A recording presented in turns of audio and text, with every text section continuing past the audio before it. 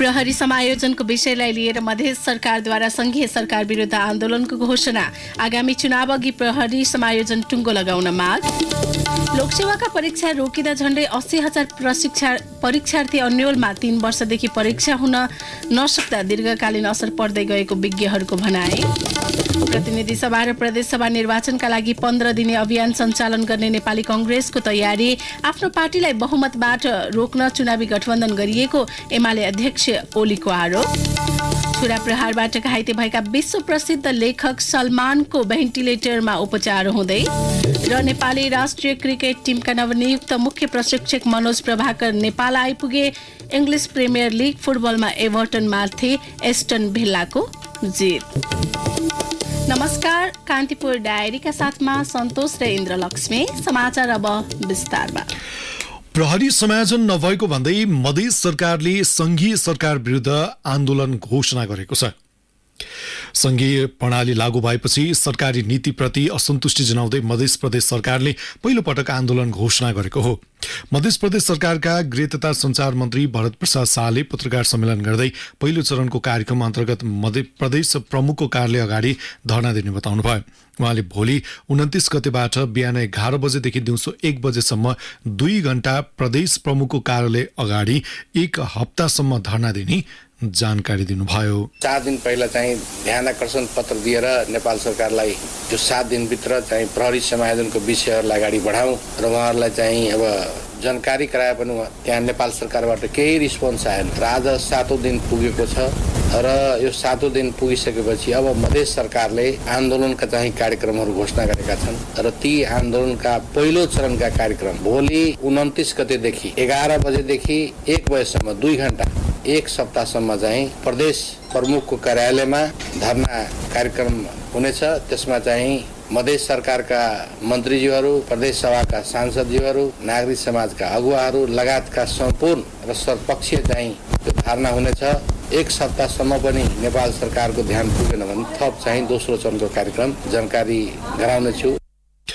1 हप्तासम्म पनि संघीय सरकारले माग सम्बोधन नगरे दोस्रो चरणको आन्दोलन घोषणा गर्ने मन्त्री शाहको भनाइ थियो। धरनामा प्रदेशका मन्त्री, सांसद र नागरिक समाजको सहभागिता रहनेछ। मन्त्री शाहले प्रहरी समायोजन गरेर र प्रमुख जिल्ला अधिकारीलाई प्रदेश मातहत ल्याएर मात्रै चुनावमा जानुपर्ने बताउनु भएको छ।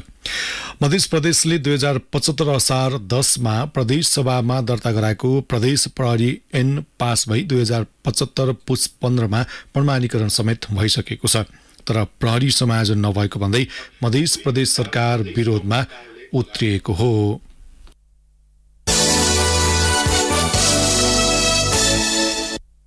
अब कान्तिपुर सविस्तार।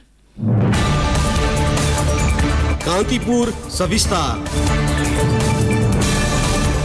विगत 3 वर्षदेखि रोकिएको लोकसेवा आयोगले लिनुपर्ने विभिन्न तहका परीक्षाको अझै टुङ्गो लाग्न सकेको छैन। परीक्षा अनिश्चित हुँदा झण्डै 80,000 परीक्षार्थी मारमा परेका छन्। समयमै परीक्षा सञ्चालन हुन नसक्दा कर्मचारी अभावले नीति निर्माण लगायतमा दूरगामी असर पर्न थालिसकेको जानकारहरू बताउँछन्।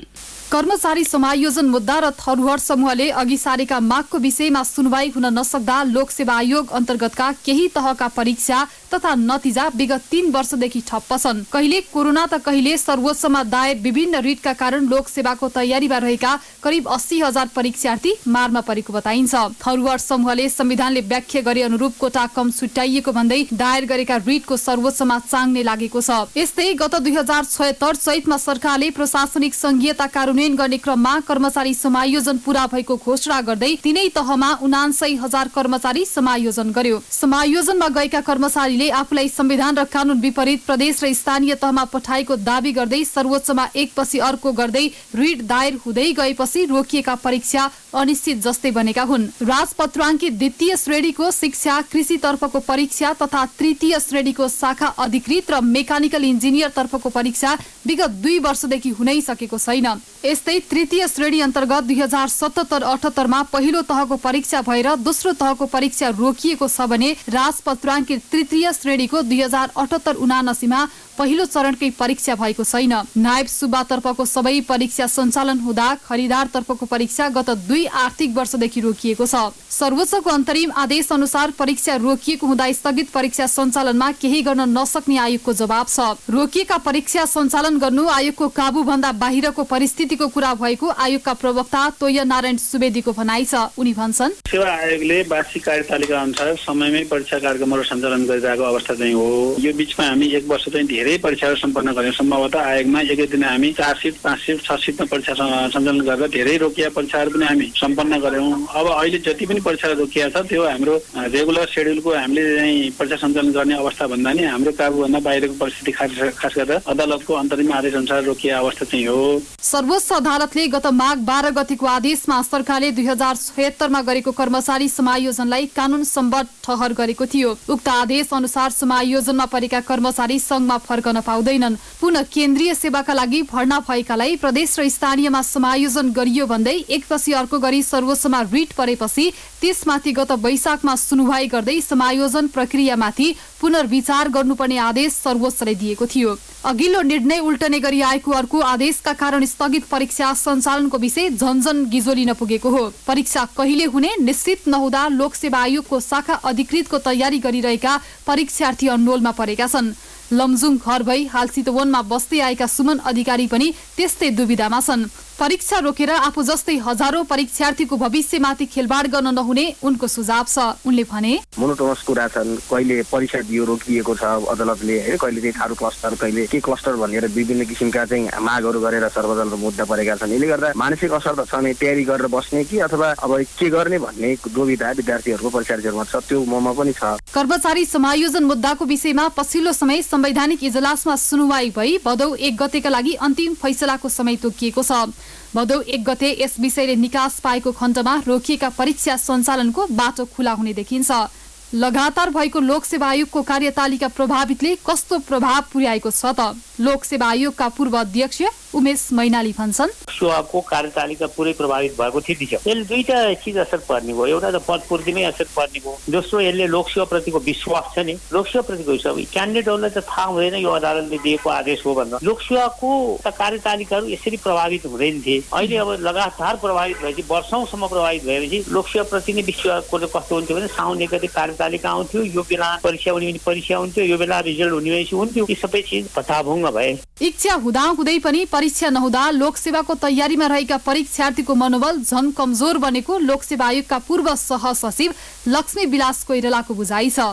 परीक्षा अवरुद्ध हुँदा यसको असर स्थानीय तहमा त देखिन थालिसकेको छ। यसको असर स्थानीय तहको बजेट सार्वजनिकीकरणमा पनि पुगेको छ। कर्मचारी अभावले दरबन्दी पदपूर्ति नहुँदा कुल 753 स्थानीय तह मध्ये 63 स्थानीय तहले बजेट समयमै ल्याउन सकेका छैनन्। लोकसेवा आयोगका परीक्षा समयमै सञ्चालन हुन नसक्दा खड्किएको कर्मचारी अभाव पूर्तिको विकल्प के त? लोकसेवा आयोगका पूर्व सहसचिव कोइराला भन्छन्, संघीय निजामती सेवा ऐन जारी गर्ने हो भने त सामान्यतया यो थारू क्लस्टरको बारेमा पनि त्यो ऐनले सम्बोधन गरेर जान सक्थ्यो।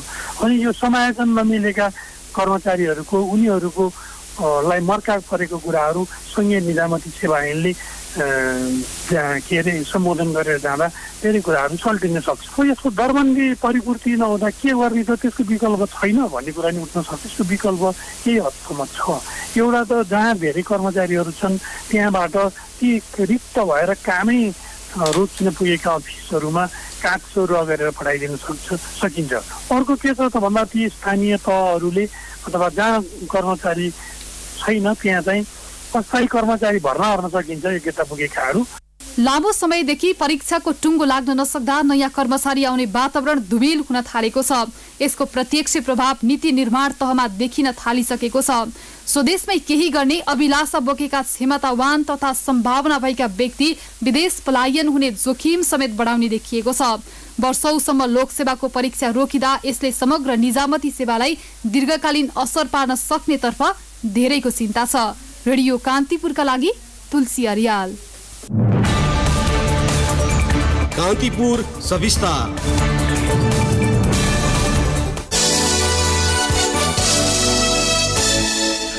राष्ट्रपति विद्यादेवी भण्डारीसँग प्रधानमन्त्री शेरबहादुर देउवाले भेटवार्ता गर्नुभएको छ।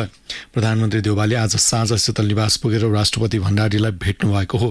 भेटमा प्रधानमन्त्री देउवा र राष्ट्रपति भण्डारीबीच नागरिकता विधेयक, आगामी निर्वाचन तयारी लगायतका विषयमा छलफल भएको थियो। राष्ट्रपति भण्डारीले 2 साता अघि नै संसदबाट पारित भएको विधेयक प्रमाणीकरण गर्नुभएको छैन। प्रमुख प्रतिपक्षी दल नेकपा एमाले सहित राजनैतिक दल र नागरिक समूहहरूले भने सो विधेयक फिर्ता पठाउन माग गर्दै आएका छन्।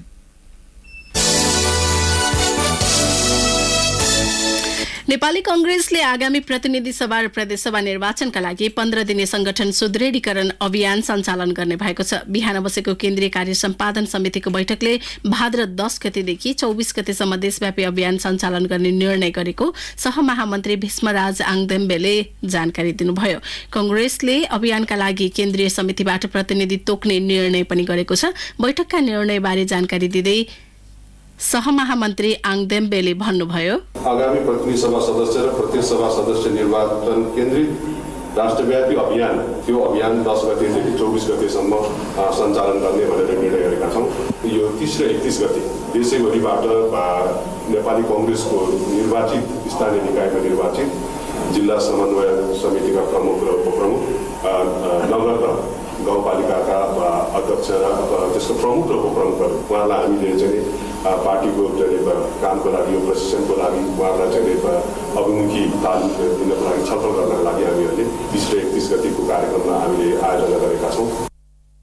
बैठकले प्रतिनिधि सभा र प्रदेशसभा निर्वाचनमा पार्टीका तर्फबाट खडा गरिने उम्मेद्वारलाई मनोनयनको औपचारिक पत्र प्रदान गर्नका लागि पार्टी सभापति शेरबहादुर देउवालाई जिम्मेवारी दिने निर्णय गरेको सहमहामन्त्री आङदेम्बेले बताउनुभयो।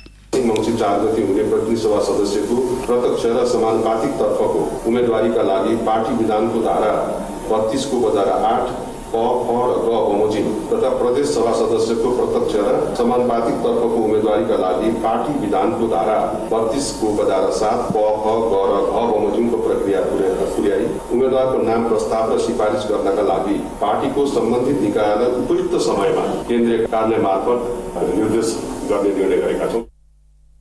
बैठकमा विभिन्न भ्रातृ र शुभेच्छुक संस्थालाई पूर्णता दिने विषयमा पनि छलफल भएको नेताहरूले बताएका छन्। कांग्रेसले साउन अन्तिम साता सबै भ्रातृ र शुभेच्छुक संस्थालाई पूर्णता दिने निर्णय गरेको थियो। कान्तिपुर डायरीमा अब ब्रेकको पालो। अब बाँकी प्रसङ्ग। एमाले अध्यक्ष केपी शर्मा ओलीले आफ्नो पार्टीलाई आगामी निर्वाचनमा बहुमत आउन नदिन मात्र सत्तारूढ दलले चुनावी गठबन्धन बनाएको आरोप लगाउनु भएको छ। मुलुकको स्थायित्वका लागि भन्दा पनि विपक्षी दललाई रोक्न गठबन्धन बनाइएको ओलीको आरोप छ।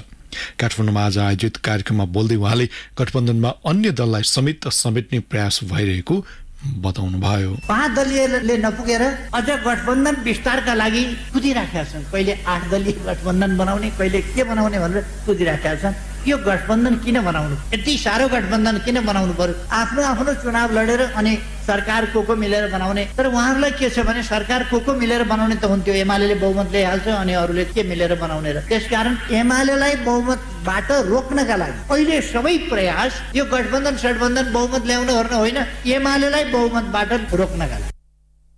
यता माओवादी केन्द्रका अध्यक्ष पुष्पकमल दाहालले आफ्नो पार्टीको जनमत अझै पनि बलियो रहेको दावी गर्नुभएको छ।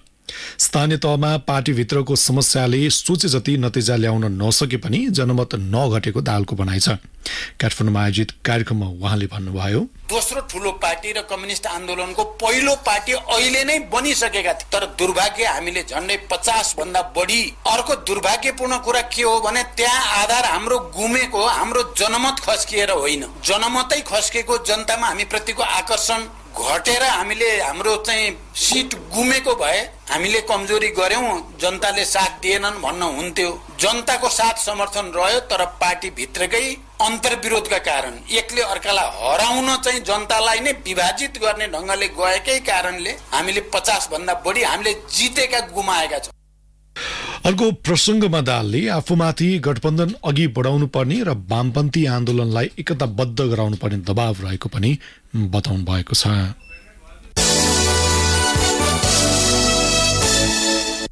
आसन्न प्रतिनिधि सभा र प्रदेश सभा निर्वाचनका लागि निर्वाचनको अघिल्लो दिन 18 वर्ष पूरा भएका मतदाताले मतदान गर्न पाउने भएका छन्। आगामी मङ्सिर 3 गतेसम्म 18 वर्ष उमेर पुगेका मतदातालाई मतदान गर्न पाउने व्यवस्था गरिएको आयोगका सहप्रवक्ता सूर्य प्रसाद अर्यालले जानकारी दिनुभयो। त्यसका लागि मतदाता सूचीमा नाम दर्ता भएको भने हुनुपर्नेछ। आयोगले गत वैशाख 30 गते सम्पन्न स्थानीय तह निर्वाचनमा पनि निर्वाचनको अघिल्लो दिन 18 वर्ष उमेर पुगेर मतदाता सूचीमा नाम भएका मतदातालाई मतदानमा सहभागी हुन पाउने व्यवस्था गरेको थियो। त्यसअघिका निर्वाचनमा भने निर्वाचनको मिति घोषणा भएको दिनसम्म मात्र 18 वर्ष पूरा भएका नागरिकलाई मतदानको व्यवस्था गरिँदै आइएको थियो। आसन्न निर्वाचनमा करिब 1 लाख त्यस्ता मतदाताले मतदान गर्न पाउने आयोगको अनुमान छ। आगामी भाद्र 12 देखि 19 गतेसम्म निर्वाचन कार्यालयमा पुगे आयोगको कार्यालयमा पुगे मतदाता नामावली अद्यावधिक गर्न सकिने आयोगले जनाएको छ।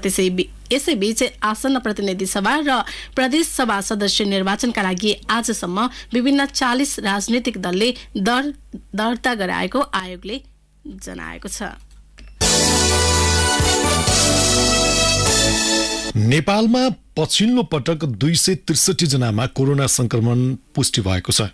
स्वास्थ्य तथा जनसङ्ख्या मन्त्रालयका अनुसार 3165 जनामा नमुना परीक्षण गर्दा सो संख्यामा संक्रमण भेटिएको हो। मन्त्रालयका अनुसार थप 2 जनाले ज्यान गुमाएका छन्। अहिले नेपालमा कोरोनाका 5434 जना सक्रिय संक्रमित भएका छन्, जसमध्ये 61 जनाको आइसियुमा र 4 जनाको भेन्टिलेटरमा उपचार भइरहेको मन्त्रालयले जनाएको छ।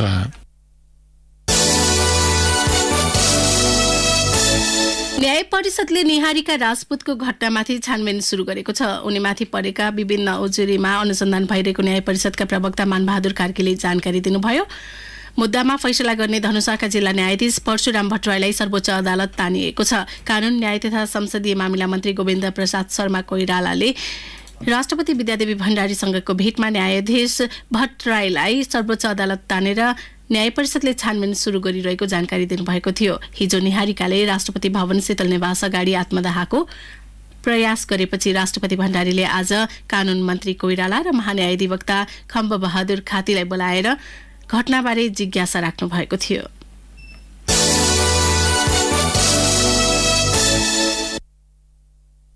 कान्तिपुर डायरीमा अब काभ्रे डायरीको पालो।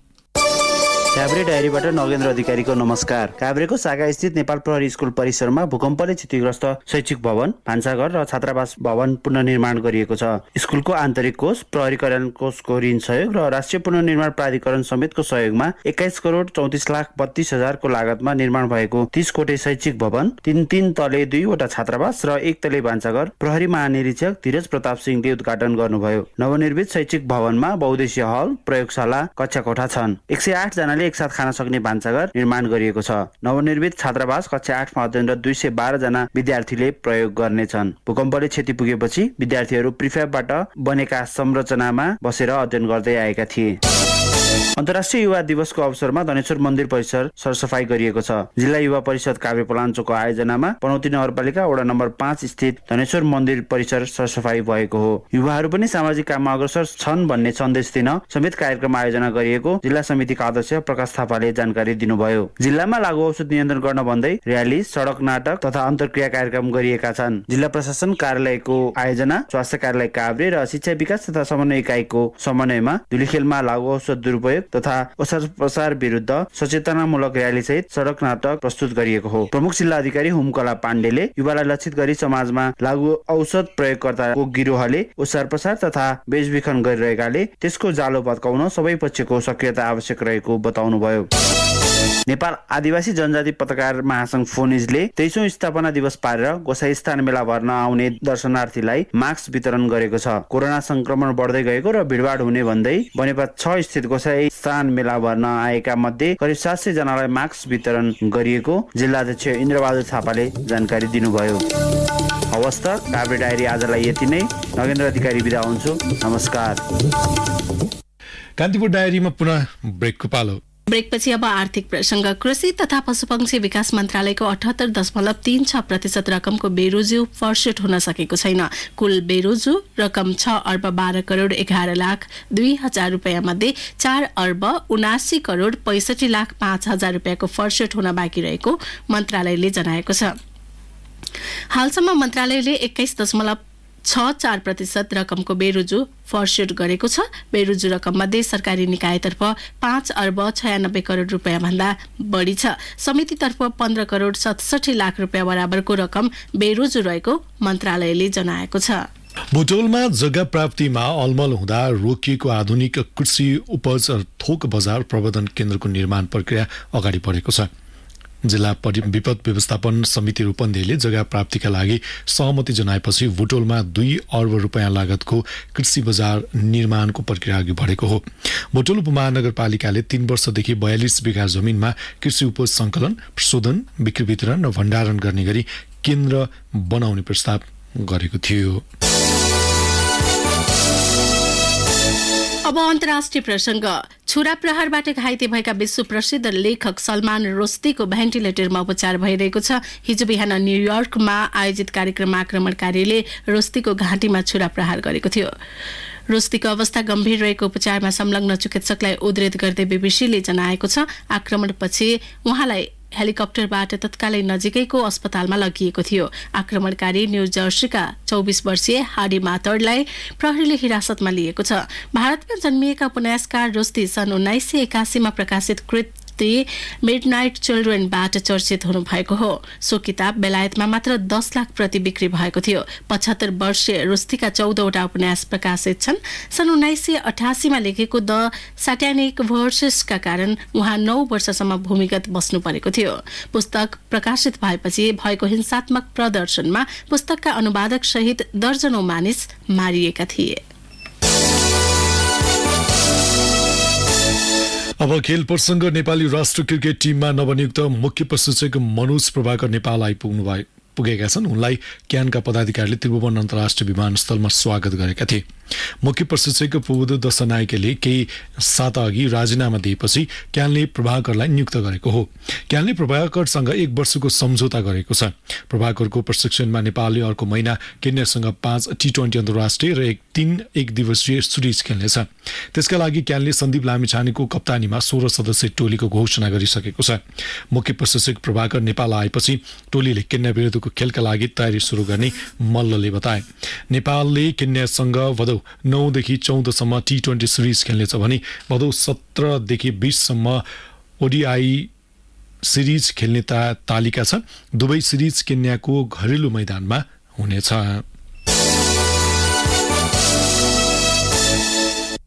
इंग्लिश प्रिमियर लीग फुटबलमा एस्टन भिल्लाले जित निकालेको छ। आज भएको खेलमा भिल्लाले एभर्टनलाई 2-1 गोल अन्तरले हराएको हो। भिल्लाको जितको ड्यानी इङ्क्स र एमे बियोडिनाले 1-1 गोल गरेका थिए। एभर्टनका लागि लुकास डिग्नेले आत्मघाती गोल गरे। भिल्लाको यो पहिलो जित हो। एभर्टनको यो लगातार दोस्रो हार हो।